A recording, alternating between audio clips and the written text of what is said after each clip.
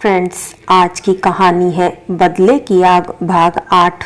पिछले भाग में आपने पढ़ा मिन्नी दक्ष से मिलकर काफी खुश हुई और खुशी के मारे उसकी आंखों में आंसू आ गए। यही हाल दक्ष का भी था। आज सबने दक्ष के संग ही नाश्ता किया। आज का दिन उन सब के लिए बहुत खुशी का दिन था, क्योंकि सालों बाद पूरे परिवार ने एक साथ मिलकर नाश्ता किया था। अब आगे कुछ देर सबने बातें की। तभी अरमान चाचा ने अमर से कहा, लल्ला आप अपने काम पर जाओ, क्यों अपने काम का हर्ज करते हो। मैं और मिन्नी है ना दक्ष के पास में, शाम को फिर आ जाना। ठीक है, तो आप कहते हैं तो मैं चला जाता हूँ। 2-4 घंटे टैक्सी चलाकर वापस आ जाऊंगा। अमर बोला, हाँ पापा आप मेरी चिंता मत कीजिए, दक्ष बोला और अमर काम पर चला गया। दोपहर का खाना रामपाल जी और सिमरन लेकर आए। सिमरन भी अपने बड़े भाई से मिलने आई थी। दक्ष ने मिन्नी को सिमरन से मिलवाते हुए कहा, देखो दीदी, ये मेरी अल्हड़ छोटी बहन, थोड़ी सिरफिरी है लेकिन अच्छी है। ये क्या दक्ष भैया, कम से कम दीदी के सामने तो मेरा मजाक मत उड़ाओ। सिमरन रूठते हुए बोली, अरे सिमरन, इस पागल की बातों का बुरा मत मानो। अब ये तुम्हें सताएगा तो मैं इसके कान खींचूंगी। मैं तो इससे बड़ी हूं ना। मिन्नी बोली, सच दीदी, हाँ दक्ष भैया मुझे बहुत सताते हैं। अब हम दोनों बहनें मिलकर इनकी खबर लिया करेंगे। सिमरन बोली, हाँ बिल्कुल। मिन्नी बोली। फिर सबने मिलकर खाना खाया। फिर शाम होने पर अरमान चाचा रामपाल जी से बोले, सेठ जी आप और सिमरन बिटिया अब घर जा सकते हैं। नहीं, अभी मैं और सिमरन यहाँ रुकते हैं। रात के खाने के लिए मैं नौकर से कह कर आया हूँ, वो दे जाएगा। आप और मिन्नी बिटिया अब घर जाइए। सेठ रामपाल जी बोले, जी ठीक है, रात को मैं फिर से आ जाता हूँ। मैं भी मिन्नी बिटिया को घर छोड़ कर आऊँ। अरमान चाचा बोले। और इतना कहकर अरमान चाचा मिन्नी के साथ अस्पताल के बाहर आ गई और घर जाने के लिए एक टैक्सी रुकवाई। टैक्सी खड़ी हुई। टैक्सी ड्राइवर ने कहा, आइए साहब, कहाँ जाएंगे। लेकिन जैसे ही उसने मिन्नी को देखा तो उसके चेहरे का रंग उड़ गया, क्योंकि वो टैक्सी ड्राइवर और कोई नहीं, हरजीत था। उसे देखकर मिन्नी भी एक पल को मौन रही। और तभी अरमान चाचा बोले, बिटिया आओ बैठो। अरमान चाचा की बात सुनकर मिन्नी सचेत हुई और बोली, हाँ अरमान चाचा, बैठती हूँ। मिन्नी ने एक सादी सूती सी साड़ी पहनी हुई थी और लंबे बालों की चोटी बनाई हुई थी। काजल और सुर्खी से चेहरे को सजा भी नहीं रखा था। उस दिन रात में हरजीत ने जिस लड़की को देखा था, आज वो उसके एकदम विपरीत थी। हरजीत को कुछ भी समझ में नहीं आ रहा था कि ये हो क्या रहा है। उस दिन तो एक बड़े घर की मालूम होती थी, लेकिन आज तो ऐसा कुछ भी नहीं दिख रहा है। आखिर माजरा क्या है, ये लड़की है या फिर कोई पहेली। और यही सोचते सोचते घर भी आ गया। अरमान चाचा बोले, बेटा टैक्सी यहीं रोक दो, हमारा घर आ गया है। दोनों टैक्सी से उतरे। अरमान चाचा ने पैसे दिए और हरजीत ने पैसे लिए और चला गया। इधर मिन्नी भी हरजीत के बारे में ही सोच रही थी कि आखिर वो मेरे बारे में क्या सोच रहा होगा। जो भी हो, वो एक अच्छा इंसान है। पहली बार उसने मेरी मदद की थी और उसके बदले में मैं उसे 2 प्यार के मीठे बोल भी ना बोल सकी। लेकिन मैं करूं भी तो क्या करूं, आखिर उसे अपनी सच्चाई किस प्रकार बताऊं। इसी उलझन में मिन्नी की शाम बीती और फिर रात भी। हरजीत तो उसे पहली ही मुलाकात में अच्छा लग गया था। उसकी नेक दिली और ईमानदारी ने उसका दिल जीत लिया था। काश मैं उससे अपने बारे में सब कुछ बता सकती। और यही सोचते सोचते मिन्नी को कब नींद आ गई, उसे पता भी नहीं चला। 2-3 दिन के बाद में दक्ष ठीक हो गया और उसे घर जाने की इजाजत मिल गई। सेठ रामपाल जी ने अमर और अरमान चाचा से कहा, चलिए अब आप लोग भी हमारे साथ रहिए, हम सब एक ही परिवार की तरह एक साथ रहेंगे। तभी अमर बोला, नहीं सेठ जी, हमें हमारा दक्ष मिल गया, हमारे लिए तो यही बहुत बड़ी बात है। आप दक्ष को लेकर घर जाइए। हम सबका जब भी दक्ष से मिलने का मन किया करेगा तो आ जाया करेंगे, क्योंकि अब दक्ष पर हम लोगों से ज्यादा आपका हक है और ये हक मैं आपसे छीनना नहीं चाहता। दक्ष हमें मिल गया तो इसका मतलब ये थोड़ी ना है कि आपका और सिमरन का दक्ष के साथ रिश्ता खत्म हो गया। दक्ष आपके साथ ही रहेगा और जब भी आप लोगों का मन करे तो आप लोग भी हमसे मिलने हमारे घर आ सकते हैं। ये बोलकर आपने तो मेरा बोझ ही हल्का कर दिया। बहुत बहुत धन्यवाद अमर जी, बहुत बहुत धन्यवाद। रामपाल जी बोले, इसमें धन्यवाद कैसा सेठ जी, मुझे मालूम है मेरी अमानत आपके पास ही सुरक्षित रह सकती है। अमर बोला, जी ठीक है, हम दक्ष को लेकर चलते हैं। अभी तो उसके सर की पट्टी खुली नहीं है, अब तो घर पर ही रहकर आराम करेगा। सेठ रामपाल जी बोले, सही कहा आपने। अरमान चाचा जी बोले और सब अपने अपने घर लौट आए। इस तरह 1 महीना होने को आया था। दक्ष अब बिल्कुल ठीक हो गया और अब पुलिस चौकी भी जाने लगा। अब धीरे धीरे मिन्नी के मन से भी उस डर खत्म हो गया, इसलिए वो भी कभी कभार बाजार चली जाती सब्जियां और राशन लेने के लिए। दक्ष की पुलिस चौकी पास में ही थी, तो मिन्नी उससे भी मिलने कभी कभी चली जाती थी। इधर हरजीत मिन्नी के ख्यालों में ही डूबा रहता है। वो मिन्नी रूबी पहेली को सुलझाना चाहता है, लेकिन उसे कुछ भी समझ में नहीं आ रहा था। तभी उसकी माँ ने आवाज दी, हरजीत, ओ हरजीत, कहाँ है रे तू? माँ बोलो, क्या बात है? हरजीत ने पूछा। बेटा, राशन खत्म हो गया है, शाम को लेते आना बेटा। माँ बोली, ठीक है माँ। और हरजीत काम पर निकल पड़ा। शाम को वो बाजार पहुंचा। उसने राशन खरीदकर जैसे ही अपनी टैक्सी में रखा तो उसे मिन्नी दिखी। उसने सोचा, देखते हैं भला ये कहाँ जाती है, और हरजीत उसके पीछे पीछे जाने लगा। मिन्नी पुलिस चौकी पहुंची। मिन्नी को देखकर दक्ष बाहर ही आ गया और मिन्नी के गले मिलते हुए पूछा, कैसी हो दीदी? मैं बिल्कुल ठीक हूँ, और तू कैसा है? मिन्नी ने दक्ष के गाल पर थपकी मारते हुए पूछा, मैं भी बिल्कुल ठीक हूँ दीदी। दक्ष बोला, और दोनों ने वहीं खड़े होकर बातें की। और दक्ष ने मिन्नी को कुछ रुपए देते हुए कहा, लो दीदी, रख लो, काम आएंगे। नहीं रे, मैं क्या करूंगी, मुझे जरूरत नहीं है।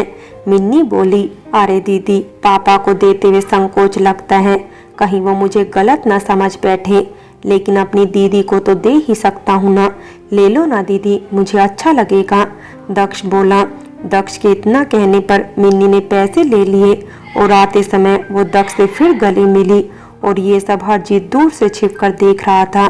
जब मिन्नी पुलिस चौकी से दूर निकल आई तो हरजीत उसके पास आकर गुस्से से बोला, मुझे तुमसे कुछ बात करनी है। कहो, क्या बात है, मैं सुन रही हूँ। मिन्नी बोली, नहीं, यहाँ नहीं, मेरी टैक्सी में बैठकर बात करते हैं। हरजीत बोला, मैं टैक्सी में नहीं जाऊंगी। मिन्नी बोली, लेकिन क्यों? हरजीत बोला, मैं तुम्हारा विश्वास क्यों करूं? मिन्नी बोली, अच्छा, तो तुम्हें मुझ पर भरोसा नहीं है? तुम्हें याद है पहली मुलाकात में तुम रात भर मेरी टैक्सी में सोती रही? उस दिन तो तुमने भरोसा कर लिया था मुझ पर। अगर मैं बुरा इंसान होता तो सुबह तुम मुझे शुक्रिया कहते हुए ना जाती। हरजीत बोला, उस दिन मैं होश में नहीं थी, इसीलिए भरोसा कर लिया था। तो आज तुम क्या चाहते हो? मिन्नी बोली, मैं तुम्हें चाहता हूँ। हरजीत बोला, क्या बकते हो? मुझे जाने पहचाने बिना तुम ऐसा कैसे कर सकते हो? मिन्नी ने पूछा। मोहब्बत जान पहचान करके नहीं होती मेम साहब। हरजीत बोला, तुम तो मेरा नाम भी नहीं जानते। मिन्नी बोली, तो अब बता दो ना अपना नाम। हरजीत बोला, बड़े ठीठ हो, पीछे ही पड़ गए। मिन्नी बोली, मोहब्बत की है, मजाक नहीं किया, पीछे तो पड़ना ही था। हरजीत बोला, मतलब तुम ऐसे नहीं मानोगे? मिन्नी बोली, नहीं, बिल्कुल नहीं, तुम जितना मुझसे दूर जाओगी उतना ही मैं तुम्हारे करीब आऊंगा। हरजीत बोला, मैं घर जा रही हूँ। मिन्नी बोली, जाओ, किसने रोका है, लेकिन नाम बताकर जाओ। हरजीत बोला, वो तो मैं नहीं बताऊंगी। मिन्नी बोली, तो तुम अपना नाम नहीं बताओगी? हरजीत बोला, बिल्कुल नहीं, कभी नहीं। मिन्नी बोली, तो मैं भी तुम्हारा पीछा आसानी से छोड़ने वाला नहीं। हरजीत बोला, तो कान खोलकर सुन लो, तुम्हारे सर से भी मैंने मोहब्बत का भूत ना उतार दिया तो मेरा भी नाम मिन्नी नहीं। मिन्नी बोल तो गई, लेकिन फिर सोचा ये तो उसने अपना नाम बता दिया। अच्छा, तो तुम्हारा नाम मिन्नी है? देखा, आखिर मेरी मोहब्बत सच्ची है, खुद ब खुद तुमने अपना नाम बता दिया। हरजीत बोला, मैं घर जा रही हूँ। मिन्नी बोली, चलो टैक्सी से छोड़ दूँ। हरजीत बोला, नहीं, इतना एहसान करने की जरूरत नहीं, मैं चली जाऊंगी। मिन्नी बोली, क्यों? मेरी टैक्सी में बैठोगी तो मैं तुम्हें खा जाऊंगा क्या? हरजीत ने पूछा। खा गए तो? मिन्नी बोली, तो क्या तुम्हें मैं भूत नजर आता हूँ? हरजीत बोला, भूत ही तो हो, तभी तो मेरे पीछे पड़े हो। मिन्नी बोली, अच्छा, ज्यादा नखरे मत करो, चुप करके टैक्सी में बैठ जाओ। हरजीत बोला। हुक्म दे रहे हो? मिन्नी ने पूछा। नहीं महारानी जी, ये आपके दास की विनती है। हरजीत बोला। तब ठीक है, अगर विनती है तो चलो बैठ जाती हूँ तुम्हारी टैक्सी में। तुम भी क्या याद रखोगे? मिन्नी बोली। बहुत बहुत मेहरबानी जी। हरजीत बोला। मिन्नी टैक्सी में बैठ गई। तभी हरजीत ने मिन्नी से पूछा, बुरा ना मानो तो एक बात पूछूं?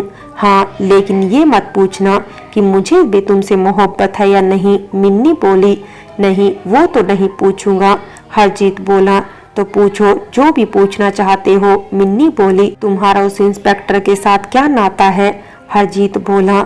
मतलब तुम मेरा पीछा कर रहे थे? मिन्नी बोली। मुझे गलत मत समझो, वो तुम मुझे बाजार में दिखी तो मैंने सोचा जरा मैं भी तो देखूं तुम कहाँ जा रही हो, इसलिए तुम्हारे पीछे गया था। हरजीत बोला। जनाब, सच्ची मोहब्बत करने वाले शक नहीं किया करते। मिन्नी बोली। लेकिन जिससे मोहब्बत हो तो हमेशा ये भी डर लगा रहता है कोई तुमसे उसे छीन ना ले। हरजीत बोला। तो तुम्हें इंस्पेक्टर को देखकर कैसा लगा कि वो मेरा कौन हो सकता है? मिन्नी ने पूछा। अब मैं क्या जानूं, बता दो ना, क्या नाता है तुम्हारा उसके साथ में? क्यों मेरा जी जलाती हो? हरजीत बोला। नहीं बताती, जाओ। मिन्नी बोली। पता है मैं तुम्हें पहली मुलाकात से ही समझने की कोशिश कर रहा हूँ, लेकिन तुम मुझे समझ ही नहीं आ रही हो। उस रात तुम मुझे दुखों में डूबी हुई लगी, फिर दूसरी मुलाकात में तुम मुझे पैसे वाली अयाश घमंडी लड़की लगी, और तीसरी मुलाकात में तुम सूती साड़ी में एक साधारण सी घरेलू लड़की लगी, और आज तुम्हारा फिर अलग रूप। तुम ही साफ साफ बता दो कि तुम्हारा कौन सा रूप असली है। मैं सच में तुमसे मोहब्बत करने लगा हूँ। मेरे दिल की धड़कनों को महसूस करने की कोशिश करो, मेरी आंखों में झांक कर देखो, तुम्हें असीम प्रेम का भंडार दिखाई देगा। मुझे तुम अच्छी लगने लगी हो। दिन रात मैं तुम्हारे बारे में ही सोचता रहता हूँ। हरजीत ने अपने दिल की बात कहते हुए कहा। ये सुनकर मिन्नी फिर कुछ ना बोल सकी। मिन्नी के चुप होने पर हरजीत ने पूछा, क्या हुआ, चुप क्यों हो गई? क्या मेरी बातें अच्छी नहीं लग रही? अब मिन्नी भला क्या बोलती कि उसके अतीत ने उसके होठों पर चुप्पी लगा रखी है। वो भी तो कहना चाहती है कि तुम भी मुझे पसंद हो, लेकिन क्या हुआ? मिन्नी बोल क्यों नहीं रही? कुछ तो बोलो, कुछ तो कहो। तुम्हारी चुप्पी का मैं क्या मतलब समझूं? हरजीत ने पूछा। मिन्नी बोली। टैक्सी रोको, घर आ गया है। मिन्नी टैक्सी से उतरी और हरजीत को पैसे देने लगी। इसकी कोई जरूरत नहीं है, हरजीत बोला। फिर मिन्नी कुछ न बोली और जाने लगी। तब हरजीत बोला, प्यास लगी है, पानी पिला देती तो अच्छा होता। अंदर आ जाओ, मिन्नी बोली, और हरजीत टैक्सी से उतरा। उसने मिन्नी के हाथों से सामान का थैला लिया और अंदर चला गया। तभी अरमान चाचा ने अंदर से आवाज लगाई, आ गई बिटिया। हाँ अरमान चाचा, मैं आ गई, और साथ में वो कल वाले टैक्सी ड्राइवर भी आए हैं। उन्हें प्यास लग रही थी तो मैं अंदर ले आई। मिन्नी बोली। अच्छा किया बिटिया, मैं तुम दोनों के लिए पानी और कुछ मीठा लेकर आता हूँ। अरमान चाचा 2 गिलास पानी और कुछ मीठा लेकर आ गए और हरजीत से बोले, बैठो बेटा, लो पानी पियो और ये मिठाई खाओ। मेरी अम्मी कहा करती थी, खाली पेट पानी नहीं पिया करते। हरजीत ने पानी पिया और अरमान चाचा को शुक्रिया बोला। तब अरमान चाचा ने मिन्नी से पूछा, बिटिया लिस्ट में अरहर की दाल और हल्दी लिखना भूल गया था।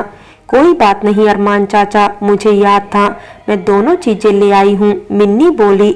और दक्ष मिला था क्या? उससे मुलाकात हुई या नहीं? कैसा है वो? अरमान चाचा ने मिन्नी से पूछा। बिल्कुल ठीक है, आज तो उसने मुझे कुछ रुपए भी दिए हैं। मैं ले नहीं रही थी तो बोला, लो दीदी काम आएंगे। मिन्नी बोली। जब हरजीत ने सुना तो अरमान चाचा से पूछा, जी तो क्या वो इंस्पेक्टर इनके भाई है? हाँ बेटा, अभी 1 महीने पहले ही हमें पता चला है कि वो ही हमारा दक्ष है। अरमान चाचा बोले। मैं कुछ समझा नहीं, ये कैसी पहेली है? हरजीत ने पूछा। अब क्या बताऊं, बहुत लंबी कहानी है बेटा। अरमान चाचा बोले।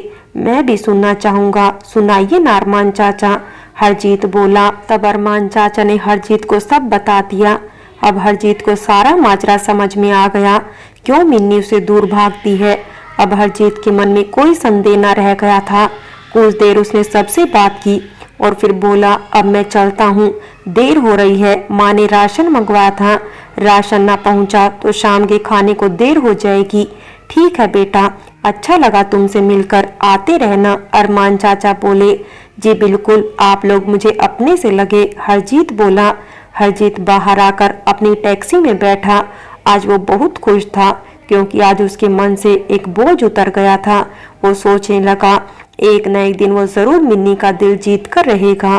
प्रेम की आंच से तो बड़े से बड़े पत्थर दिल भी पिघल जाते हैं और मिन्नी को तो उसकी मजबूरियों ने बांध रखा है। एक न एक दिन वो भी दिल से मुझे अपना लेगी क्योंकि मुझे अपने प्यार पर पूरा भरोसा है। यही सोचते सोचते हरजीत अपने घर पर भी पहुंच गया। फ्रेंड्स, बाकी की कहानी अगले भाग में देखें और अगर कहानी अच्छी लगी हो तो लाइक करें, शेयर करें और प्यार भरी कहानी चैनल को सब्सक्राइब करें।